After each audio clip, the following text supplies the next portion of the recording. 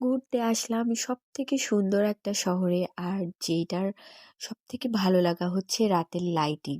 আসসালামু আলাইকুম, welcome to my another video. I hope আপনারা সবাই ভালো আছেন এবং সুস্থ আছেন।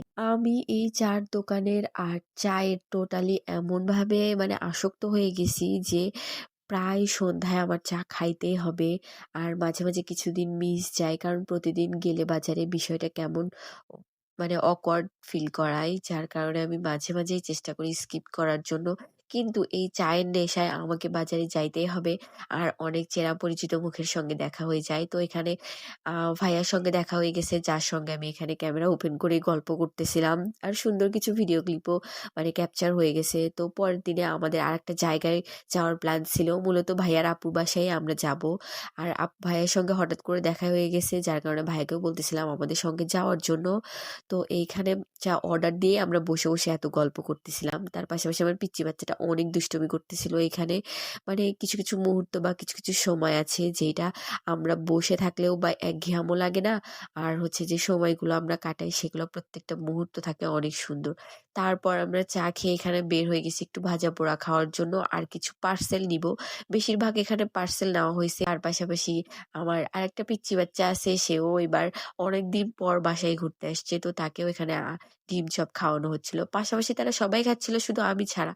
তো আপনাদের ভাইয়াকে বললাম যে আমাকেও একটু খাওয়ানোর জন্য। তো সে আমাকেও একটু এখানে খাওয়াই দিল। আর ডিম চপটা কিন্তু অনেক মজার ছিল, যার কারণে আমি এটা ফার্স্ট টাইম ট্রাই করছি, আর ফার্স্ট টাইমই আমার অনেক বেশ ভালো লাগছে। আর এইখানে মজার একটা বিষয় ঘটছে, যেটা হচ্ছে এইখানে আমি যাচ্ছিলাম একটা পরিচিত আঙ্কেল বা ভাইয়া, তার সঙ্গে কথা বলার জন্য যে উনি দোকানে আছে কিনা। আমি কিছু জিনিস কিনতাম, তো দেখলাম যে আঙ্কেলটা ওখানে নাই, তো অন্য কাউকে বসায় রাখছে। তারপর আবার ব্যাক করতেছিলাম বাসার দিকে।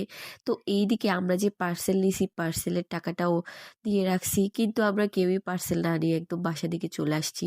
পরে হচ্ছে আঙ্কেল ডাক দিয়ে আবার সেই পার্সেলটা আমাদেরকে দিচ্ছিল। আর পরের দিন সকালবেলা এখানে আমরা চলে যাচ্ছিলাম কোথায়, রাজশাহীতে। সবথেকে সুন্দর একটা শহরে আসছি ঘুরতে। আর কোথায় কোথায় ঘুরবো, কি কি করব, সবকিছুই কিন্তু আপনাদের সঙ্গে শেয়ার করব। তো রাজশাহী শহরটা কিন্তু কম বেশি সবার কাছে ভালো লাগে, যেহেতু পরিষ্কার পরিচ্ছন্ন একটা শহর। সবাই ভালোবাসবে, আর এইটাই স্বাভাবিক। পরিষ্কার পরিচ্ছন্নতাই কিন্তু ইমানের অঙ্গ। আর পরিষ্কার থাকা একটা জিনিসকে সবাই ভালোবাসবে, এইটাই স্বাভাবিক। তো এই শহরটা আমার এত বেশি ভালো লাগে। আর এই বিভাগে আসার পর আমার কিছু কিছু কাহিনী আছে, যদি পারি কোনো ভিডিওর মাধ্যমে অবশ্যই আপনাদের সঙ্গে শেয়ার করব। কারণ এই রাজশাহীতে আমার মন খারাপের একটা অনেক বড় একটা জার্নি আছে। আর যদি পারি কোনো ভিডিওতে অবশ্যই শেয়ার করব। তো দেখতে দেখতে চলে আসলাম, আর এখানে আসলাম হচ্ছে খালাতো ভাইয়ের বাসা। ভাইয়া হচ্ছে বিজেপি ক্যাম্পে আছে, আর কি ওখানকার কোয়ার্টারে যেহেতু সরকারি জব করে। তো আমরাও চলে যাচ্ছিলাম শালবাগানে। আর দেখতে দেখতে ফাইনালি আমরা চলে আসলাম। তো নেক্সট অনেক মজার মজার ভিডিও আমি শেয়ার করব আপনাদের সঙ্গে। ভালো লাগলে অবশ্যই পেজের সাথে থাকবেন। ধন্যবাদ।